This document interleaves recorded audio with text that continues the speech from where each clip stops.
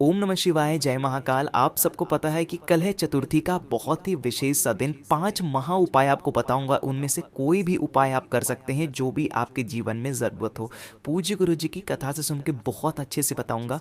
पहला उपाय हम लोग बात करेंगे धन प्राप्ति के लिए। दूसरा उपाय हम लोग बात करेंगे कि अगर आपको अपने बच्चे के जीवन में तरक्की चाहिए, आप ये सोचते हैं हमारा बच्चा जीवन में बहुत आगे जाए, तो उसके लिए होगा। तीसरा उपाय हम लोग बात करेंगे कि अगर आपके चेहरे पे कहीं पर भी दाग धब्बे पड़ गए हैं, उसके लिए होगा। और चौथा उपाय आपकी मनोकामना पूर्ति के लिए होगा। ठीक है, इन 4 उपाय की बात करेंगे। बहुत ही ध्यान से एक एक उपाय को समझते जाएं और सुनते जाएं, लेकिन उससे पहले वीडियो को लाइक कर दें। आवाज़ जो भी लोग पहली बार सुन रहे हैं, चैनल को सब्सक्राइब ज़रूर करिएगा। ठीक है, चलो एक एक उपाय की हम लोग बात करते हैं। सबसे पहला उपाय जो हमारा आज की वीडियो का है वो है धन प्राप्ति के लिए। ठीक है, लोग परेशान रहते, भैया हमारे यहाँ माता लक्ष्मी का वास नहीं होता, हम क्या करें? तो कल है चतुर्थी का दिन, ज़रूर करिएगा। स्क्रीन पर आपको दिख रहा होगा शमी का पत्ता, है ना? हमें कितने पत्ते चाहिए? हमें 9 पत्ते चाहिए होंगे शमी के। कितने पत्ते? 9 पत्ते। इन 9 पत्तों को लेके पहुंच जाना होगा आपको महादेव के शिवलिंग के पास। ठीक, कहीं और जाने की जरूरत नहीं है, महादेव के शिवलिंग के पास पहुंचना। ठीक, अब यहाँ पर आपके पास अभी 9 पत्ते हैं शमी के, अरे है ना? तो इन 9 में से जो 5 पत्ते होंगे शमी के, वो आपको भगवान गणेश के स्थान पे चढ़ाने होंगे।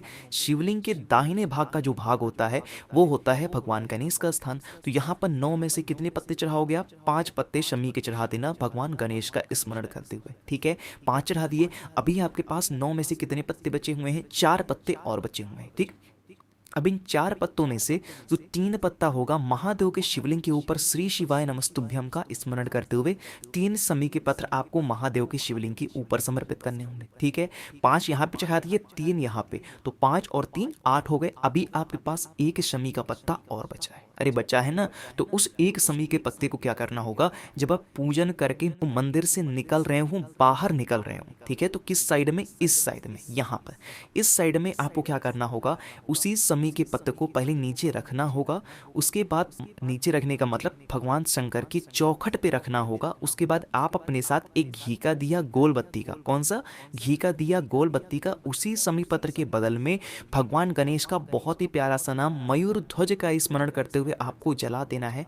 यकीन मानिए, जो भी व्यक्ति चतुर्थी के दिन इस उपाय को करता है, उसके घर में कभी भी धन संपदा की कमी बिल्कुल भी नहीं होती। ठीक है, ये तो हमारा हो गया पहला उपाय। चलो अब लोग बात कर लेते हैं दूसरे उपाय की। ठीक, चलो दूसरा उपाय हमारा है कि बच्चों के लिए। बहुत लोग परेशान रहते हैं, भैया हमारा जो बच्चा है ना, ठीक तरीके से पढ़ता नहीं है, दिमाग उसका लगता नहीं है, और किसी काम के लिए जाता है तो उसका दिमाग वहाँ पे भी नहीं लगता और वो काम पूरा होता भी नहीं। ठीक है, ऐसा होता है।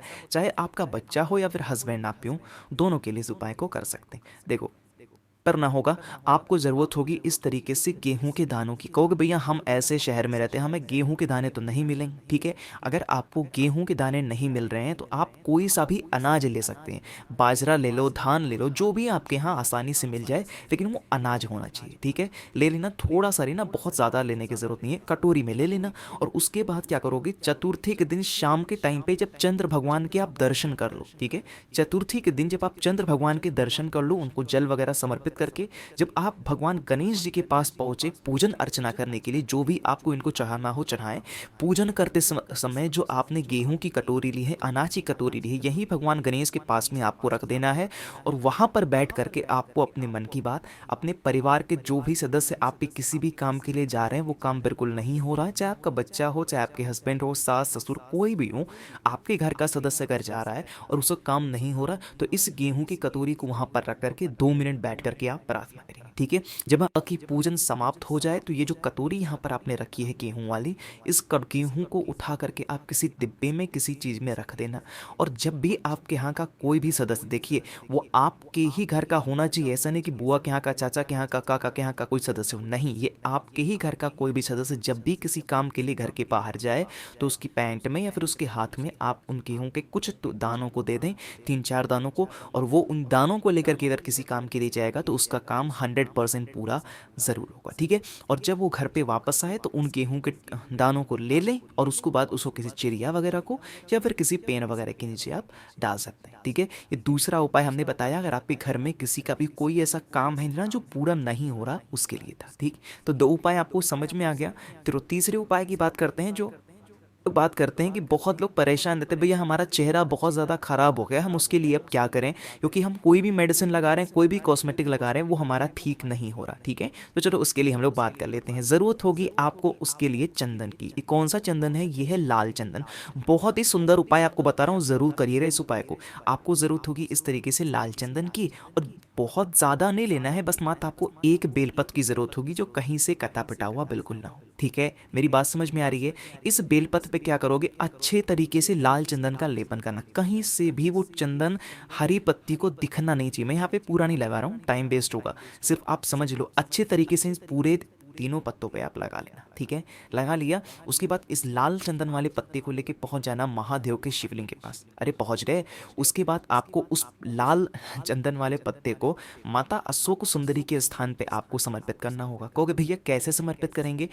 उल्टा चाहेंगे या सीधा चाहेंगे? जिस तरीके से आप महादेव के शिवलिंग के ऊपर समर्पित करते हो, उसी तरीके से आपको इस उपाय ने माता अशोक सुंदरी के स्थान पे समर्पित करना होगा। कहने का मतलब कि उल्टा समर्पित करना होगा।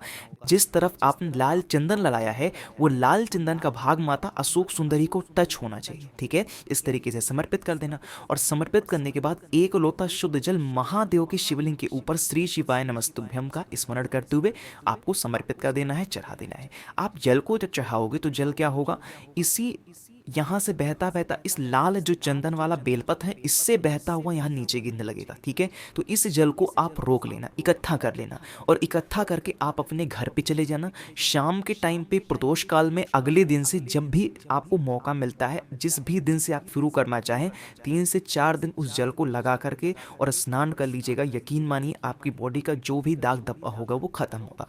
अब देखो, शाम को नहाने का क्या मतलब है? कहोगे भैया शाम को हमारी तबीयत खराब हो जाए तो हम क्या करें? अगर आपकी तबीयत खराब रहती है तो आपको स्नान करने की ज़रूरत नहीं है, बस आप लगा करके सूख जाने दें, कोई दिक्कत नहीं है।